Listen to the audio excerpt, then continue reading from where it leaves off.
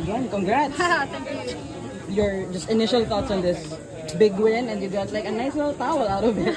Yeah, the towel was awesome. Yeah, that was a big win for me. I wasn't really sure that I could do it. The training was a bit up and down in the last few weeks.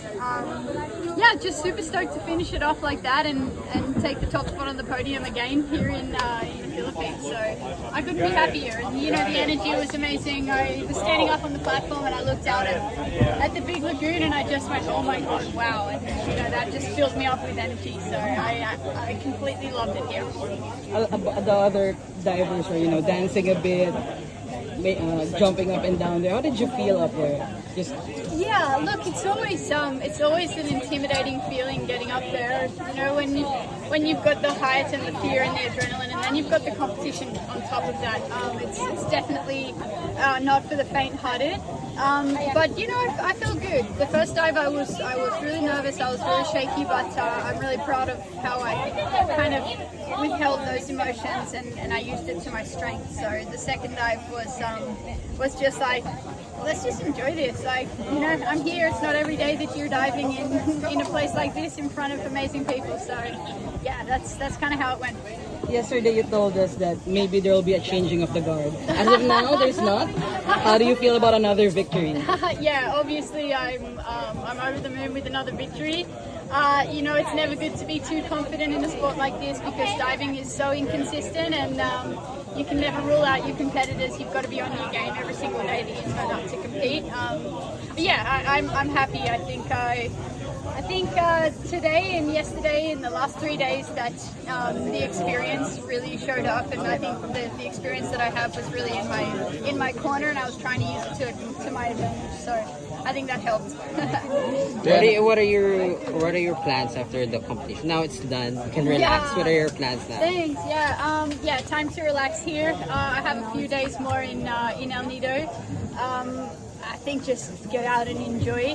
This environment is so me. I grew up in Australia, a little water baby, and yeah, now I've got time to hang out and relax without the pressure and the commitment of diving. So I'm really excited. If anyone has any recommendations, pass them forward.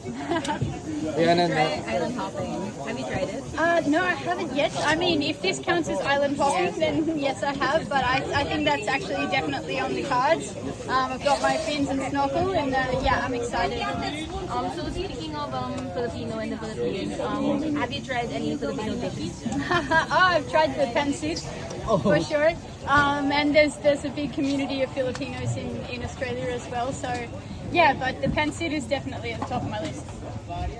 Rhiannan, you talked about inconsistency in cliff diving, but can you talk about your consistency winning in 2019 and then winning again this time? Yeah, look, it's not easy to be consistent, and I think we can just draw it back to the training and the way that I approach it mentally. It's not easy to get up in a different location, and sometimes there's a lot of divers that train in really stable conditions.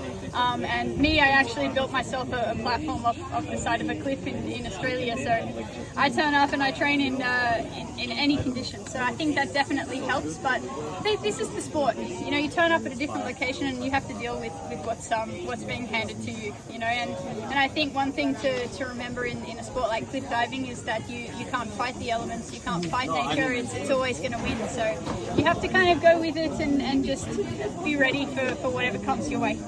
Rhiannan, you smell that 9 title already. After this one? You know, it's a short season. There's only 4 events this season, so this has definitely given me a little boost of confidence.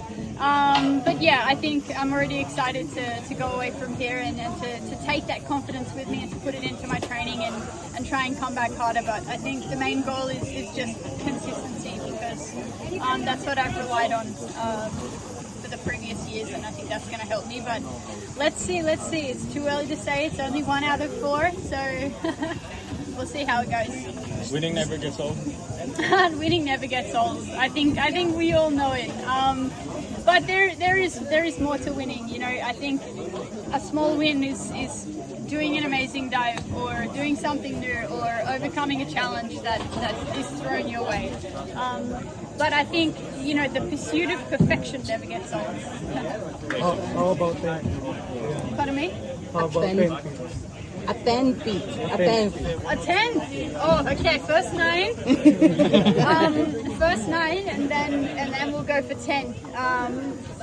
Gary's done it, so it's not impossible.